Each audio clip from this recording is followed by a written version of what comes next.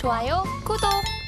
그러면 저희는 첫 종목부터 구조를 해보겠습니다. 한미 반도체를 구조해 보겠습니다. 어닝 쇼크를 기록하면서 주가가 급락세를 보이고 있습니다. 하지만 증권가에서는 긍정적인 시각을 내놓고 있습니다. 실적 부진 속에서도 HBM 수율 문제를 해결하기 위해서 기술력을 보유했기 때문에 고객사가 늘어날 것이라는 전망이 나오고 있습니다. 본부장님께서는 이 종목 어떻게 보시나요?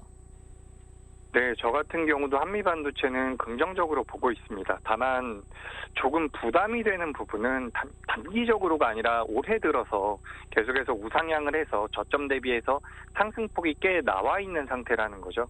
그렇기 때문에 지난주 금요일에 실적 발표가 나오고 나서 크게 낙폭이 나왔었는데 그 부분을 우리가 좀 면밀하게 판단을 해보면 아무래도 많이 올라온 것에 대한 매물출회 물량이 나왔다라고 저는 판단을 하고 있습니다. 그래서 이 매물출회가 계속해서 이어진다라고 한다면 조금은 부담이 될 수도 있다라는 말씀을 드립니다.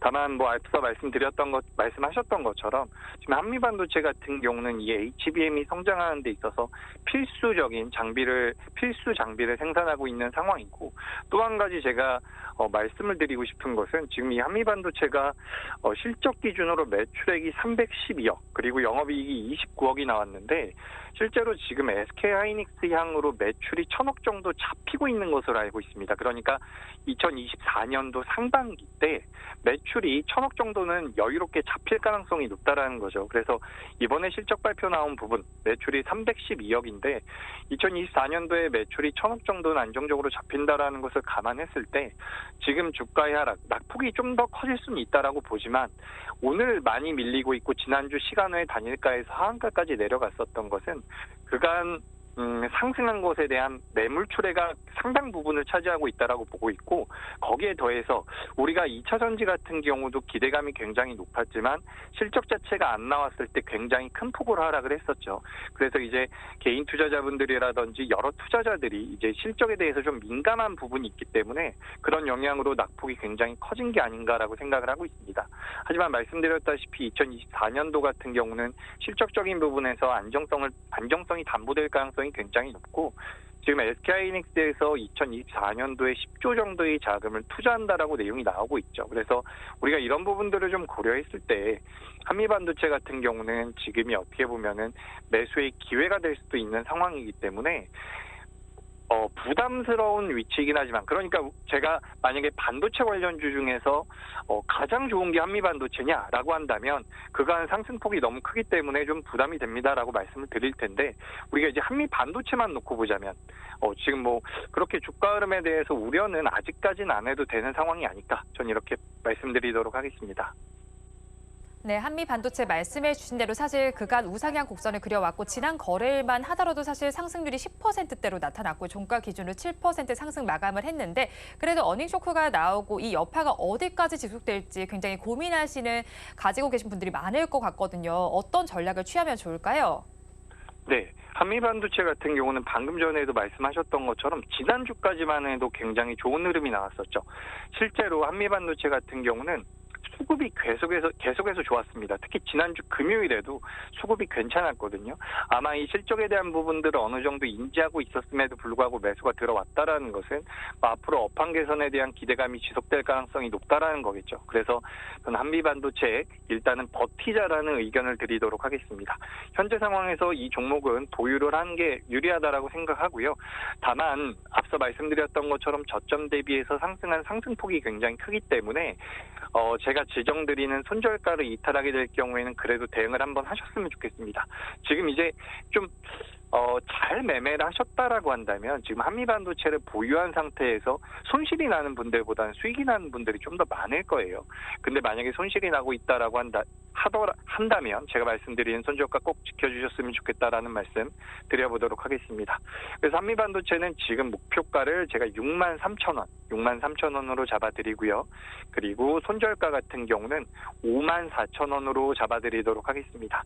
오늘 굉장히 많이 밀리는데 차라리 오늘 종가까지 좀 밀리고 나서 저점 잡으면서 반등이 나오는 게 낫다라고 저는 보고 있어요. 그렇기 때문에 이 반도체 업황에 대한 우리가 의심은 사실 하지 않아도 됩니다. 지금 지난주에 블룸버그에서 대한민국 증시 2024년도에 다른 아시아권 증시라든지 뭐 신흥국 증시 중에서 강세를 보일 것이다라는 내용들이 있었습니다. 거기에서 어떤 명분을 댔었냐면 대한민국 코스피 기업들의 영업이익이 좋아질 것이다라는 명분을 만들었었는데 그 명분의 거의 대부분이 삼성전자와 SK하이닉스에 대한 반도체 업황 개선 기대감입니다. 그렇기 때문에 한미 반도체가 많이 올라왔기 때문에 조정을 받는 것은 당연하지만 여기서 잘 매수해서 대응해 본다면 저는 그래도 이 종목 한 번 더 우상향을 할 수 있을 것이다라고 말씀을 드리고 싶고, 또 한 가지 간단하게 팁을 드리자면 그동안 많이 오르지 못했었던 반도체 기업들 같은 경우는 저는 오늘 굉장히 매수하기 좋은 자리라고 보고 있습니다.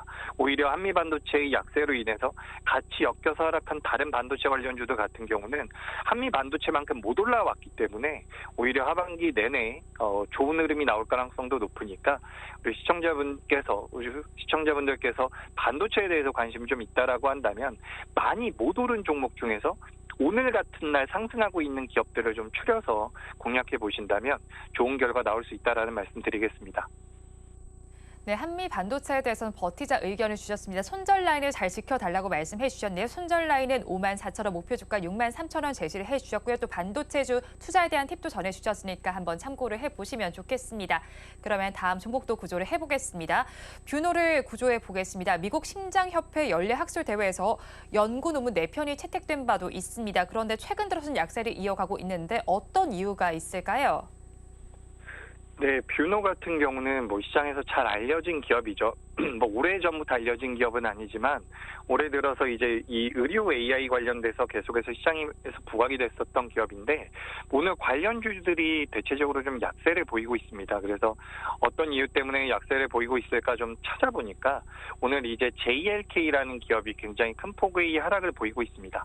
물론 이 뷰노 같은 경우도 낙폭이 굉장히 크게 나오고 있는데 이 JLK 같은 경우는 뭐 대주주의 지분 변경, 뭐 지분을 좀 매도했다라는 소식이 나왔고 그로 인해서 관련되어 있는 의료 AI 관련주들이 낙폭을 전반적으로 키우고 있다라고 보고 있습니다.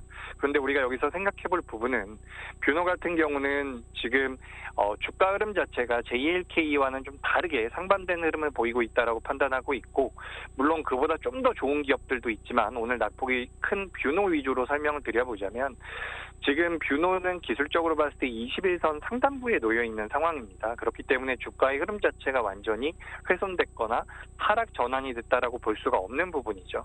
그래서 2014년도에 설립된 뷰노, 뭐 의료 AI 솔루션 전문 업체라고 보시면 되는데 지금 이 의료 AI 쪽에 대한 시장에서의 관심도가 굉장히 높았고 주가 흐름이 한번 강하게 나왔지만 실제로 전 세계 시장에서 우리나라 의료 AI 관련주들이 차지하고 있는 비중 자체가 굉장히 낮습니다. 그렇기 때문에 앞으로 성장성이 굉장히 높다라고 보고 있고 오늘 뷰노 같은 경우 지금 8.7% 정도 하락을 하고 있는데 이런 자리라고 한다면 만약에 뷰노가 없는 분들이라면 오히려 좀 매수도 가능한 자리가 아닐까라고 생각을 하고 있습니다. 다만 지금 이 뷰노를 보유하신 분들 입장에서는 살짝 부담이 될 수도 있겠죠. 하지만 뭐 손절가 잘 잡고 대응을 해보신다면 뷰노 같은 경우 저는 추가적인 우상향 다시 한번 재차 반등은 가능할 것이라고 보고 있으니까 이 부분 참고하시면 도움이 될 것 같습니다. 네, 뷰노에 대해서 지금 차트를 한번 살펴보니까요. 9월 7일에 좀 고점을 찍은 이후에 흘러내리다가 다시 또 반등하려나 싶더니 다시 또 내림세가 나타나고 있는 상황입니다. 이렇게 되는 만큼 가지고 계신 분들께서는 어떻게 대응해야 하나 고민이 많으실 것 같은데요. 본부장님께서 인사이트를 전해주신다면 어떨까요? 네, 저는 뷰노 같은 경우도 보유의 의견입니다. 다만 뷰노도 마찬가지고 앞서 한미반도체도 마찬가지지만 우리가 이제 매매를 하는 데 있어서 꼭 지켜야 되는 것이 바로 대응이죠. 대응을 하지 않는다라고 한다면 제가 방송에서 목표가와 손절가를 잡아드리는 것도 사실상 의미가 없습니다. 그렇기 때문에 손절가를 반드시 지켜줬으면 좋겠다라는 말씀을 드리고요. 뷰노 같은 경우는 현재 33,550원대에서 거래가 되고 있는데 반등을 하게 된다면 4만 원까지도 충분히 열려 있다라고 보지만 조금 보수적으로 말씀드려서 목표가는 38,000원 그리고 주가 주가가 하락해서 이탈하게 될 경우에는 29,500원대로 의견을 드리도록 하겠습니다.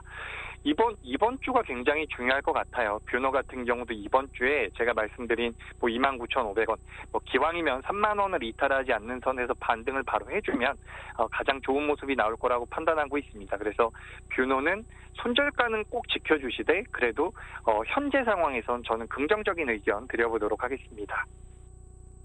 네, 뷰노에 대해서도 버티자 의견을 주시기는 하셨습니다. 하지만 손절 라인 잘 지켜달라고 당부를 해주셨는데요. 손절 라인은 29,500원이고요. 목표 주가는 38,000원이지만 이후로 더 올라간다면 상방이 열려 있다고 전해주셨습니다. 그러면 저희 마지막 종목도 구조를 해보겠습니다. 펄어비스를 구조해 보도록 하겠습니다. 3분기 실적이 기대에 미치지는 못했습니다. PC와 콘솔 검은상업 매출의 반등으로 인해서 3분기의 영업이익은 흑자 전환이 되긴 했습니다. 하지만 업데이트 효과와 또 마케팅비가 증가하면서 영업이익의 규모가 시장의 기대치를 62% 정도 하회한 수준으로 나타났는데 이에 대해서 본부장님께서는 실적을 어떻게 평가하실까요?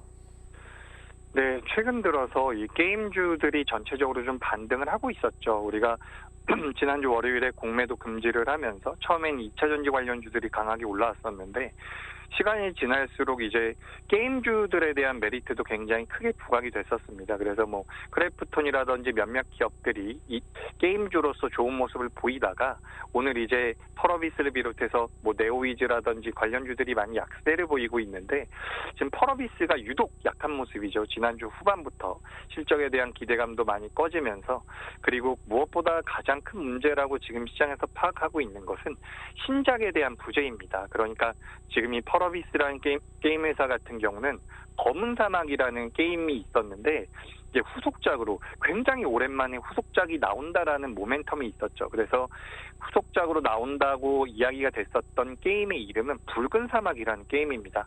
근데 이 붉은 사막이란 게임이 올해 연내로는 서비스가 진행이 될 거라고 시장에서는 판단을 하고 있었고 특히 이번 주에 진행이 되는 16일부터 진행이 되는 지스타에서 공개가 되지 않을까라고 기대를 하고 있었던 상황인데 지금 이제 컴코를 통해서 우리가 내용을 좀 파악을 해보자면 붉은 사막이 연내에 출시될 가능성이 거의 없어져 버린 상황입니다. 그리고 지스타에서도 이제 참가자에게 시연을 하는 것이 아니라 B2B 형식으로 기업들 간의 그런 정보 공유 형태로 지금 진행이 된다라는 내용들이 시장에 나오면서 굉장히 큰 실망 매물이 나오고 있다라고 보고 있습니다. 그래서 지금 저는 게임주 같은 경우는 굉장히 오랫동안 하락을 했기 때문에 지스타 이후에도 게임주들의 추가적인 반등 가능성을 높게 판단을 하고 있었는데 펄어비스 같은 경우는 오늘 전반적인 이제 게임주에 좀 부담을 주는 그런 수준의 낙폭이 나왔다라고 보시면 될 것 같습니다. 그래서 굉장히 좀 부담이 되는 주가 흐름이긴 해요.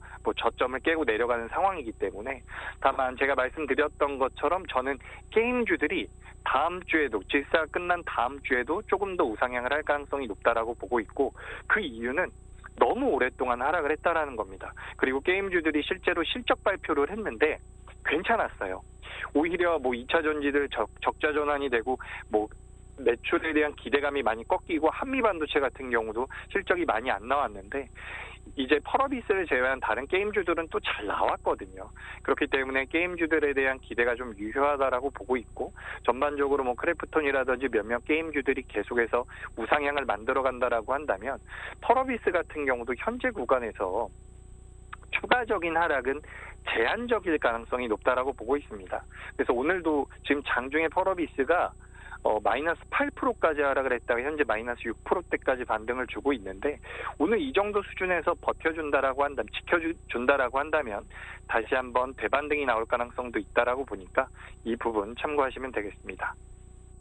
네, 게임주 전반에 대해서는 좀 긍정적인 시야를 좀 전해주셨는데 사실 펄어비스 지금 차트를 보니까 상거래를 연속 급락세를 보이고 있는 만큼 가지고 계신 분들께서는 굉장히 고민이 많으실 시점일 것 같습니다. 어떤 대응 전략이 좋을까요? 네, 펄어비스 같은 경우는 저는 버티자 의견 드리겠습니다.